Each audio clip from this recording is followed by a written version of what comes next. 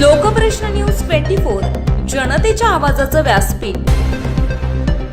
सातारा जिल्ह्यातील नगर परिषद नगराध्यक्ष पदाचे भाजपा उमेदवार आणि सर्व नगरसेवक पदाचे उमेदवार यांच्या प्रचारार्थ आयोजित सभेला मुख्यमंत्री देवेंद्र फडणवीस यांनी उपस्थिती लावली होती। यावेळी त्यांनी मतदारांना आवाहन करताना लाडक्या बहिणींना साथ घातली।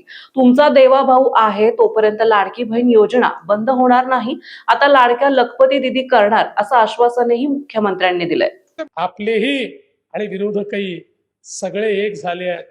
सगळ्यांना मिळून वाटतं हे जे उंद नेतृत्व आहे हे जास्त मोठं झालं तर कदाचित आपल्याला अडचण होईल आणि म्हणून अभिमन्यू प्रमाणे त्यांना घेरण्याचं काम चाललंय।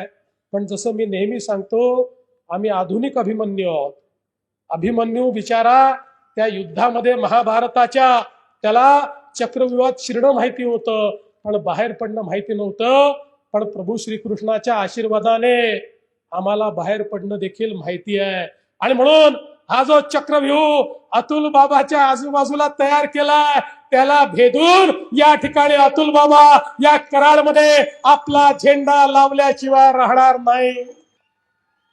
पण कराडकरांनो, तुम्हालाही मी विनंती करतो, आज अण्णा पावसकरांसारखा एक अनुभवी अशा प्रकारचा उमेदवार, आज तेजस सोनवणे यांचा सारखा मलकापूरचा उमेदवार, यासारखे उमेदवार आपण दिले आहेत आणि जे आपले नगरसेवक पदाचे उमेदवार आहेत, मला अतुल बाबा तुमचं अभिनंदन करायचं आहे। सगळे जनतेतले उमेदवार तुम्ही दिले, सामान्य घरचे सर्वसामान्यांमध्ये वावरणारे अशा प्रकारचे उमेदवार तुम्ही दिले आहेत आणि या उमेदवारांना खऱ्या अर्थानं समाजामध्ये काय केलं पाहिजे याची तळमळ आहे। मी तुम्हाला हीच विनंती करण्याकरता आलोय। आता अतुल बाबांसारखं एक नेतृत्व आपल्याला लाभलेलं आहे। बंधू भगिनींनो, इतकं तरुण तळपदार नेतृत्व हे लाभण्याकरता अनेक वर्ष निघून जातात। खरं म्हणजे मला तर या गोष्टीचा आनंद वाटला असता की पृथ्वीराज बाबा देखील म्हणाले असते की चला आता अतुल बाबांसारखं एक तरुण नेतृत्व कराडचं नेतृत्व करताय, मी देखील अतुल बाबा तुम्हाला आशीर्वाद देतो। पण ठीक आहे, त्यांना जे करायचंय ते करतील, इतर आमचे मित्रही जे करायचंय ते करतील। पण कराडवासियांनो, माझे आता राजकारणामध्ये 30 वर्ष पूर्ण झाले आहेत। राजकारणामध्ये मला भविष्य दिसतं आणि मी अतुल बाबा भोसले मध्ये भविष्य पाहतो।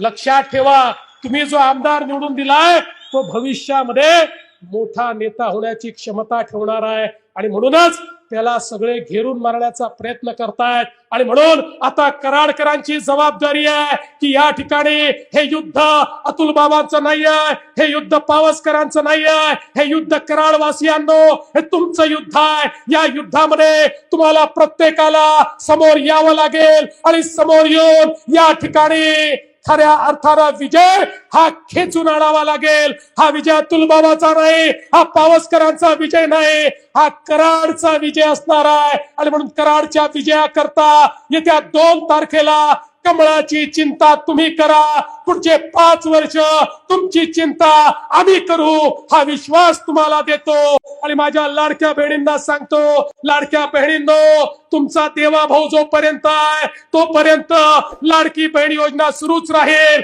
आणि आता तर लाडक्या बहिणींना आम्ही लखपती दिदी करणार आहोत। त्या बहिणींच्या हाती भावांचं भवितव्य देऊन मी या ठिकाणून चाललो आहे। माझ्या बहिणींनी आता या ठिकाणी या निवडणुकीची धुरा हाती घ्यायची आहे आणि पुन्हा एकदा एक प्रचंड असा विजय या ठिकाणी प्राप्त करायचा।